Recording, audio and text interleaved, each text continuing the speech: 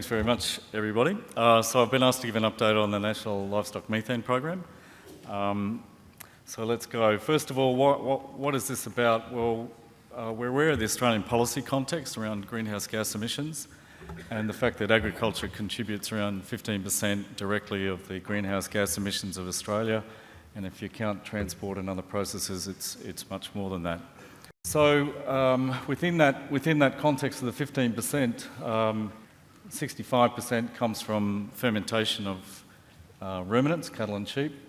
And I guess it's within that context, so therefore around 11.5% of the total national emissions.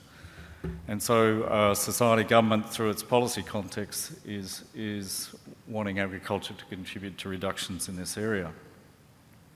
I guess the other international context is some of the pressures being put on the red meat industry internationally. And a major catalyst for that pressure was the Shadow Report, which came out in 2006, courtesy of the Food and Agriculture Organisation of the United Nations. This had a massive effect on generating catalytic movements within NGOs, green movements, etc., in terms of putting pressure on the red meat industry globally. The analysis in that study was suggesting that animals were contributing around 18% of the total greenhouse gas emissions on the planet, and they're also suggesting this was more than transport. We think the figures are wrong. It doesn't matter. It's the FAO that have said it. Within that, they made estimates of what these emissions are from various sectors and not only whether it's from soil or manure or fermentation, but also different parts of the world. A sequel to this report is coming out this year. It won't be friendly, but having said that, FAO are wanting to work with the livestock sector globally on solutions and maintain a sustainable livestock sector going forward. Various groups around the world have latched on to this report. So here you have the airline industry putting out advertisements in Europe saying we in the air transport industry only produce 2% of global carbon dioxide emissions compared with these nasty ruminants. Having said that, it doesn't matter whether we believe in climate change or not. There's a massive policy response to it globally by the International Emissions Trading Association showing what's going on in the way of trading schemes around the world. So these countries in purple have existing emission trading schemes where linkages are occurring between them. Carbon pricing policy systems in progress, so even in China you have some regional schemes being tried. Japan has quite a major scheme of joint carbon mechanisms, or working with other countries. If you grow trees in your country, you can credit greenhouse emissions in our country. In California, one of the largest economies in the world, they're linking up with Quebec on their pricing schemes. And as you know, the Australian government, at least for the next few weeks, until the election is decided, wants to link with the European price. So whatever we think, this is a growing trend. It will increase. And when you take President Obama's announcement of late June into account in terms of what he wants to do to leave a legacy in his presidency, there's no doubt this trend will continue. So having said that, the Australian government put in place some major funding initiatives based on the Carbon Farming Initiative, and within the land sector they set up a number of research, extension and demonstration funding programs. And within that, there's been a major effort of research around enteric fermentation, manure, nitrous oxide emissions, soil carbon and modelling. So I guess the government was basically about research into new technologies and practices for agriculture to reduce carbon emissions and store soil carbon. And they certainly wanted credible data to support methodologies under the Carbon Farming Initiative. Our industry objectives for getting involved were about productivity gains for producers, accessing a new avenue of research through the carbon-related funding, what might be the carbon funding opportunities for producers via the CFI, Carbon Farming Initiative, and of course, as an RDC, we have an obligation to demonstrate public good research for government dollars that come in. So with this, there's been 2 rounds of filling the research gap, and MLA has been coordinating a national program on methane research within a consortium of 9 partners, I hasten to add. So it has been a real partnership approach of 9 major research groups, employing the services of a science review panel. So our role is national coordination, assisting with communication, contracting and managing the program. Within the program, we have 5 major themes of work. There's measurement of methane emissions, there's genetics, supplement or additive work in forages, and strategic work in rumen microbiology. So within measurement, I guess this is the best evidence that it's a relatively young science, that there's something like 6 or 7 different measurement techniques that have been evaluated over the last few years to try and understand what is this methane emission coming out of ruminants. And some work we're funding in this program around a device being developed by CSIRO, a bolus inside the rumen that actually in real time measure methane, hydrogen, and in the future has the opportunity to measure other things like ammonia. Really useful things in terms of producers being able to know what's happening to animals in real time and therefore being able to do something about it. And a new technology called GreenFeed. Within genetics, we're looking at, well, can we develop genetic indices in both the beef and sheep industries such that producers may be able to access those indices. Work on nitrates, so both Matt Callaghan and the Ridley Group and UNE are doing work on nitrates replacing urea, very relevant to North Australia. There's new strategic basic work going on in algae, sapinate product in Southern Australia. Within forages, there's major projects looking at the southern forage feed base in terms of pasture species and which ones of those might be anti-methanogenic inter-row species, and in Northern Australia, Chris McSweeney's group in Syrah are looking at Leukina. Within rumen microbiology, some very basic strategic research that we've never really done before, and that's looking at the identification of species and their action of bugs in the rumen. This is what we run off. We run off the rumen, and we're having a really good look at that. There's some really fascinating work looking at the metabolic pathway, and there's a new international project linking with other international initiatives in this area. So I'll just give you a bit of a cook's tour of some of the projects. This is the in-rumen gas sensor work of Chris McSweeney and his team within CSIRO. This is a new way of measuring methane. The traditional method has been to put animals in these respiration chambers for a couple of days and measure all the gas coming in and out. This is a new novel technique from the USA which looks at when the animals come in to eat grain, can we measure their methane and how does that relate to what they produce over 24 hours? Robert Hurt's group, Wales DPI, along with AGBU and many others, are looking at how we can use genetics into putting them into a methane index. And it's using a really major investment by the University of New England. They've produced this, built this shed at the University at Armidale. It would probably be the largest respiration chamber shed in the world, with 10 respiration chambers, and literally thousands of beef cattle will go through that to measure methane emissions. You need those to actually derive heritability estimates, to actually work out, well, how do we actually apply this in practice?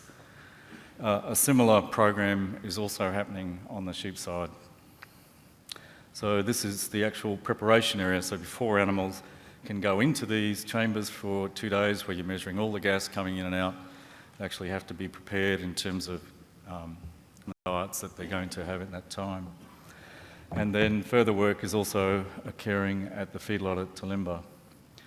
In terms of forages, I think this is quite fascinating. I think it's a wonderful example of productivity research through this program. It's the first time that pretty much the whole forage base for Southern Australia has been investigated. I think this would be a great program of work for Northern Australia as well. And so you have Phil Verka at UWA and Alan Humphreys from SARDI evaluating 150 odd species and accessions, so perennial grasses and legumes, annual grasses and legumes. And what we're doing here is we're actually measuring growth rates and putting a selection through them in an in vitro screening process that will determine in vitro what the methane potential is of these pastures, and then from that selecting forage species that we may take through to animal studies. So I think it's three major projects. The first one is actually doing the screening, which I mentioned. They'll come down to the best two that are put into animals in vivo chambers. They're also looking at interrow species. Interestingly, we'll then go on to look at, well, what are the actual active compounds in these forages causing this drop in methanogenesis? And so this is new, this is basic, this is good strategic research. So we're very hopeful of this leading somewhere. In terms of nitrate supplements, is Matt Callaghan in the room today? Matt? Oh, g'day Matt, there you go. Matt through Ridley are doing some significant work looking at nitrates in place of urea supplements in Northern Australia. Similar work with the Roger Hegarty group at the University of New England. And the idea is that these calcium nitrates or ammonium nitrates can be put into urea blocks to replace urea, and this can lead to significant decreases in methane emissions. And that is actually a methodology in development as we speak. Nigel Tompkins from CSIRO, you here, Nigel? So Nigel is working very closely with the James Cook University group on algae. Again, this is new, this is strategic basic research. It's in vitro algae species for the methanogenic potential. Nigel's group have come up with some really interesting species. This is the total gas production in vitro from a range of algae species, and you can see they've been able to identify as new species or a species that actually has this impact. You know, there's quite a bit of work to be done beyond this. We have to take it to in vivo, etc. So early days, but quite fascinating the association with this. And what is it what are the actual compounds in here that are causing this to happen? And then on the strategic research front, again, you have this CSIRO group of Stuart Denman, Carly Rosewarne, Mark Morrison and co, really looking at what are the bugs in the rumen. You know, and the questions for us are, who's there in the rumen? What can they do? What are they doing? And I guess the fourth question is, well, then how can we manipulate them? So again, I think there's some really exciting work there for industry coming through. This is long-term strategic stuff. So then let's just switch from the research perspectives on, that's the sort of research, sort of productivity side of it. Well, what about on the carbon market side of things? Well, there's a range of perspectives there. So you could take the FAO perspective, reduced emissions of greenhouse gases per unit of food produced.